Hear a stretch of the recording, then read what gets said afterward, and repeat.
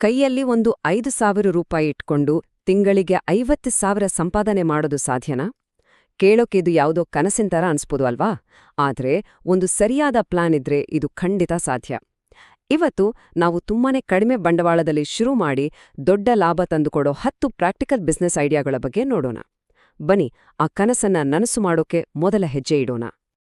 ನೋಡಿ, ಈ ಪ್ರಶ್ನೆ ನಮ್ಮೆಲ್ಲರ ಮನಸ್ಸಲ್ಲೂ ಇದ್ದೇ ಇರುತ್ತೆ. ಕೇವಲ 5,000 ರೂಪಾಯಿಯಲ್ಲಿ ತಿಂಗಳಿಗೆ 50,000 ರೂಪಾಯಿ ಗಳಿಸೋಕ್ ಆಗುತ್ತಾ ಅಂತ. ಆದ್ರೆ ನಿಜ ಹೇಳ್ಬೇಕಂದ್ರೆ ಇದಕ್ಕೆ ಉತ್ತರ ಹೌದು, ಖಂಡಿತ ಸಾಧ್ಯ.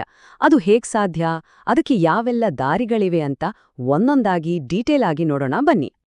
ಈ ಸ್ಲೈಡ್ ಮೇಲೆ ಇರೋ ಮಾತುಗಳನ್ನ ನೋಡಿ. ಇದು ಕೇವಲ ಒಂದು ಕೋಟ್ ಅಲ್ಲ, ಇದು ಇವತ್ತಿನ ಬಿಸ್ನೆಸ್ ಪ್ರಪಂಚದ ಒಂದು ಹೊಸ ಸತ್ಯ. ಕೈಯಲ್ಲಿರೋ ಬಂಡವಾಳಕ್ಕಿಂತ ಕೆಲ್ಸ ಶುರು ಮಾಡೋದು ತುಂಬಾ ಮುಖ್ಯ ಅಂತ ಇದು ಸ್ಪಷ್ಟವಾಗಿ ಹೇಳುತ್ತೆ. ನಮ್ಮತ್ರ ಏನಿದ್ಯೋ ಅದನ್ನೇ ಇಟ್ಕೊಂಡು ಯಾರು ಫಾಸ್ಟಾಗಿ ಕೆಲ್ಸ ಶುರು ಮಾಡ್ತಾರೋ ಅವರೇ ಗೆಲ್ಲೋದು. ಹಾಗಾದ್ರೆ ಆ 5,000 ರೂಪಾಯಿದಲ್ಲಿ ಅಡಗಿರೋ ಕನಸನ್ನ ನನಸು ಮಾಡೋದು ಹೇಗೆ? ಇದು ಕೇವಲ ಒಂದು ಸಣ್ಣ ಮೊತ್ತ ಅಲ್ಲ, ಇದೊಂದು ದೊಡ್ಡ ಜರ್ನಿಯ ಮೊದಲನೇ ಹೆಜ್ಜೆ. ಆ ಹೆಜ್ಜೆಯನ್ನ ಎಷ್ಟು ಕಾನ್ಫಿಡೆಂಟಾಗಿ ಇಡಬೇಕು ಅನ್ನೋದನ್ನ ಈಗ ನೋಡೋಣ. ಇದು ಸುಮ್ನೆ ಮಾತಿಗಷ್ಟೇ ಸೀಮಿತ ಅಲ್ಲ. ನಾವು ಇಲ್ಲಿ ಚರ್ಚೆ ಮಾಡೋ ಐಡಿಯಾಗಳನ್ನ ವಿದ್ಯಾರ್ಥಿಗಳಿಂದ ಹಿಡಿದು ಮನೆಯಲ್ಲೇ ಇರೋ ಗೃಹಿಣಿಯರವರೆಗೆ ಯಾರು ಬೇಕಾದ್ರೂ ನಾಳೆಯಿಂದಲೇ ಶುರು ಮಾಡಬಹುದು. ಅಷ್ಟೊಂದು ಪ್ರಾಕ್ಟಿಕಲ್ ಆಗಿರೋ ಐಡಿಯಾಗಳು ಇವು. ಸರಿ, ಇನ್ನು ನೇರವಾಗಿ ವಿಷಯಕ್ಕೆ ಬರೋಣ. ಅಂದ್ರೆ ಈ ವಿಶ್ಲೇಷಣೆಯ ಪ್ರಮುಖ ಭಾಗಕ್ಕೆ.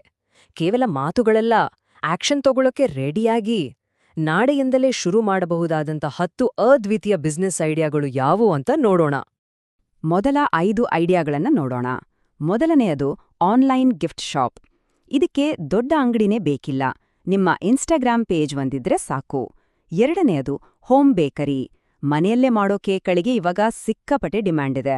ಮೂರನೆಯದು ಅಣಬೆ ಕೃಷಿ, ಕಡಿಮೆ ಜಾಗದಲ್ಲಿ ಹೆಚ್ಚು ಲಾಭ ತರೋ ಬಿಸ್ನೆಸ್. ನಾಲ್ಕನೆಯದು ಆರಿ ವರ್ಕ್, ಒಂದೇ ಒಂದು ಬ್ಲೌಸ್ ಡಿಸೈನ್ ಮಾಡಿ ಸಾವಿರಾರು ರೂಪಾಯಿ ಗಳಿಸಬಹುದು. ಕೊನೆಯದಾಗಿ ಸಾರು ಅಂಗಡಿ, ಅಂದ್ರೆ ಕೆಲ್ಸಕ್ಕೋಗೋರಿಗೆ, ಬ್ಯಾಚುಲರ್ಗಳಿಗೆ ರುಚಿಕರವಾದ ಮನೆ ಸಾರುಗಳನ್ನ ಮಾಡಿ ಮಾರೋದು. ಇದು ಕೂಡ ಒಳ್ಳೆ ಅವಕಾಶ. ನೋಡಿ, ಈಗಷ್ಟೇ ಹೇಳಿದ ಐಡಿಯಾಗಳಲ್ಲಿ ಈ ಅಣಬೆ ಕೃಷಿ ಇದೆಯಲ್ಲ, ಇದು ತುಂಬಾನೇ ಸ್ಪೆಷಲ್. ಯಾಕೆ ಗೊತ್ತಾ? ಇದಕ್ಕೆ ದೊಡ್ಡ ಜಮೀನು ಬೇಡ, ಮನೆಯಲ್ಲೇ ಒಂದು ಸಣ್ಣ ಕತ್ತಲೆ ಕೋಣೆ ಇದ್ರೆ ಸಾಕು. ಕೇವಲ 25 ದಿನದಲ್ಲಿ ಫಸಲು ರೆಡಿಯಾಗುತ್ತೆ. ಅಷ್ಟೇ ಅಲ್ಲ, ಪ್ರಾಫಿಟ್ ಮಾರ್ಜಿನ್ 60%ಗಿಂತ ಜಾಸ್ತಿ. ಅದಕ್ಕೆ ಇದು ಒಂದು ಸೂಪರ್ ಅವಕಾಶ. ಸರಿ, ಈಗ ಉಳಿದ 5 ಐಡಿಯಾಗಳನ್ನು ನೋಡೋಣ.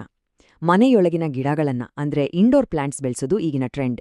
ಸೊ ಪ್ಲಾಂಟ್ ನರ್ಸರಿ ಒಂದು ಒಳ್ಳೆ ಆಯ್ಕೆ. ಸ್ಟ್ರೀಟ್ ಫುಡ್ ಸ್ಟಾಲ್ಗಳು ಯಾವಾಗ್ಲೂ ಹಿಟ್ಟಾಗತ್ತೆ, ಆದ್ರೆ ಲೊಕೇಶನ್ ಮತ್ತು ಟೇಸ್ಟ್ ತುಂಬಾ ಮುಖ್ಯ. ನಿಮ್ ಹತ್ರ ಯಾವುದಾದ್ರೂ ವಿಷಯದಲ್ಲಿ ಜ್ಞಾನ ಇದ್ರೆ ಆನ್ಲೈನ್ ಟ್ಯೂಷನ್ ಮಾಡಿ, ಇದಕ್ಕೆ ಹೂಡಿಕೆನೇ ಬೇಕಿಲ್ಲ. ನಮ್ಮ ಸಾಂಪ್ರದಾಯಿಕ ಕರಕುಶಲ ವಸ್ತುಗಳನ್ನ ಎಟ್ಸಿ ತರಹದ ಪ್ಲಾಟ್ಫಾರ್ಮ್ಗಳಲ್ಲಿ ಮಾರಬಹುದು. ಕೊನೆಯದಾಗಿ ನಿಮ್ಮ ಅಜ್ಜಿ ಹೇಳಿಕೊಟ್ಟ ಹೇರ್ ಆಯಿಲ್ ಇರಬಹುದು, ಅಥವಾ ಯಾವುದಾದ್ರೂ ಸ್ಪೆಷಲ್ ರೆಸಿಪಿ, ಅದನ್ನೇ ಒಂದು ಬ್ರ್ಯಾಂಡ್ ಆಗಿ ಬದಲಾಯಿಸಬಹುದು. ಓಕೆ, ಇಷ್ಟೆಲ್ಲ ಐಡಿಯಾಗಳ ಬಗ್ಗೆ ಮಾತಾಡ್ವಿ. ಆದ್ರೆ ನಿಜವಾಗ್ಲೂ ಇದರಿಂದ ಎಷ್ಟು ದುಡ್ಡು ಮಾಡ್ಬೋದು? ಬನ್ನಿ, ಈಗ ನೇರವಾಗಿ ಹಣದ ವಿಷಯಕ್ಕೆ, ಲಾಭದ ಲೆಕ್ಕಾಚಾರಕ್ಕೆ ಇಳಿಯೋಣ. ನಮ್ಮ ಆದಾಯದ ಗುರಿಯನ್ನ ಹೇಗೆ ಮುಟ್ಟಬಹುದು ಅಂತ ನೋಡೋಣ. ನಮ್ಮ ತಿಂಗಳ ಗುರಿಯನ್ನ ಸ್ಪಷ್ಟವಾಗಿ ಇಟ್ಟುಕೊಳ್ಳೋಣ. 50,000 ರೂಪಾಯಿ. ಇದು ನೋಡೋಕೆ ದೊಡ್ಡ ಮೊತ್ತದಂತೆ ಕಾಣಬಹುದು, ಆದ್ರೆ ಒಂದು ಸರಿಯಾದ ಪ್ಲಾನ್ ಮತ್ತು ಸ್ವಲ್ಪ ಶ್ರಮ ಹಾಕಿದ್ರೆ ಇದನ್ನ ಖಂಡಿತವಾಗಿಯೂ ಸಾಧಿಸಬಹುದು. ಈಗ ಈ ಟೇಬಲನ್ನೊಮ್ಮೆ ನೋಡಿ. ಇದು ಸುಮ್ನೆ ಕಾಲ್ಪನಿಕ ಲೆಕ್ಕಾಚಾರ ಅಲ್ಲ, ಇದು ತುಂಬಾನೇ ಪ್ರಾಕ್ಟಿಕಲ್ ಆಗಿರೋ ಅಂದಾಜು. ಉದಾಹರಣೆಗೆ, ಅಣಬೆ ಕೃಷಿಯಿಂದ ತಿಂಗಳಿಗೆ ಒಂದು 25,000 ಮತ್ತು ಆನ್ಲೈನ್ ಟ್ಯೂಷನ್ನಿಂದ ಒಂದು 24,000 ಗಳಿಸೋ ಸಾಧ್ಯತೆ ಇದೆ. ನೋಡಿ, ಇಷ್ಟವಾದ 2 ಬಿಸ್ನೆಸ್ ಅನ್ನ ಸರಿಯಾಗಿ ಮಾಡಿದ್ರೆ ನಮ್ಮ 50,000 ಗುರಿಯ ಹತ್ರತ್ರ ಬಂದ್ಬಿಡ್ಬೋದು. ಬರೀ ಐಡಿಯಾ ಇದ್ರೆ ಸಾಕಾಗುತ್ತಾ? ಖಂಡಿತ ಇಲ್ಲ. ಅದನ್ನ ಒಂದು ಯಶಸ್ವಿ ಬಿಸ್ನೆಸ್ ಆಗಿ ಬದಲಾಯಿಸೋಕೆ ಕೆಲವು ಸೀಕ್ರೆಟ್ಸ್ ಬೇಕು. ಆ ಯಶಸ್ಸಿನ ಮಂತ್ರಗಳು ಯಾವುವು ಅಂತ ಈಗ ನೋಡೋಣ. ಈ 4 ಸಿಂಪಲ್ ಆದ್ರೆ ತುಂಬಾ ಪವರ್ಫುಲ್ ಆದ ಸ್ಟೆಪ್ಸ್ಗಳನ್ನ ನೋಡಿ. ಮೊದಲನೇದು, ಯಾವಾಗ್ಲೂ ಚಿಕ್ಕದಾಗಿ ಶುರು ಮಾಡಿ. ನಿಮ್ಮ ಐಡಿಯಾ ವರ್ಕ್ ಆಗುತ್ತಾ ಇಲ್ವಾ ಅಂತ ಟೆಸ್ಟ್ ಮಾಡಿ. ಎರಡನೇದು, ಇನ್ಸ್ಟಾಗ್ರಾಮ್, ವಾಟ್ಸ್ಆಪ್ನಂಥ ಫ್ರೀ ಟೂಲ್ಸ್ಗಳನ್ನ ಪೂರ್ತಿಯಾಗಿ ಬಳಸ್ಕೊಳ್ಳಿ. ಮೂರನೇದು, ಪ್ರತಿದಿನ ನಿಮ್ಮ ಪ್ರಾಡಕ್ಟ್ ಬಗ್ಗೆ ಪ್ರಚಾರ ಮಾಡೋದನ್ನ ಮರಿಬೇಡಿ. ಮತ್ತು ಎಲ್ಲಕ್ಕಿಂತ ಮುಖ್ಯವಾಗಿ, ನಿಮ್ಮ ಗ್ರಾಹಕರಿಗೆ ಒಂದು ಅದ್ಭುತ ಅನುಭವ ಕೊಡಿ. ಈ 4 ವಿಷಯಗಳನ್ನ ಸರಿಯಾಗಿ ಪಾಲಿಸಿದ್ರೆ ಮೊದಲನೇ ತಿಂಗಳಿಂದಲೇ ಲಾಭ ಗಳಿಸೋಕೆ ಶುರು ಮಾಡಬಹುದು. ಸರಿ, ಇಷ್ಟೆಲ್ಲ ನೋಡಿದ್ಮೇಲೆ ಈಗ ನಿಮ್ಮ ಸರದಿ. ನಿಮ್ಮ ಸ್ವಂತ ಬಿಸ್ನೆಸ್ ಪಯಣದ ಬಗ್ಗೆ ಯೋಚಿಸೋಕೆ ಇದೊಂದು ಸಣ್ಣ ಸ್ಫೂರ್ತಿ ಕೊಟ್ಟಿದೆ ಅಂತ ಅನ್ಕೋತೀನಿ. ಕೊನೆಯದಾಗಿ ನಿಮಗೊಂದು ಪ್ರಶ್ನೆ.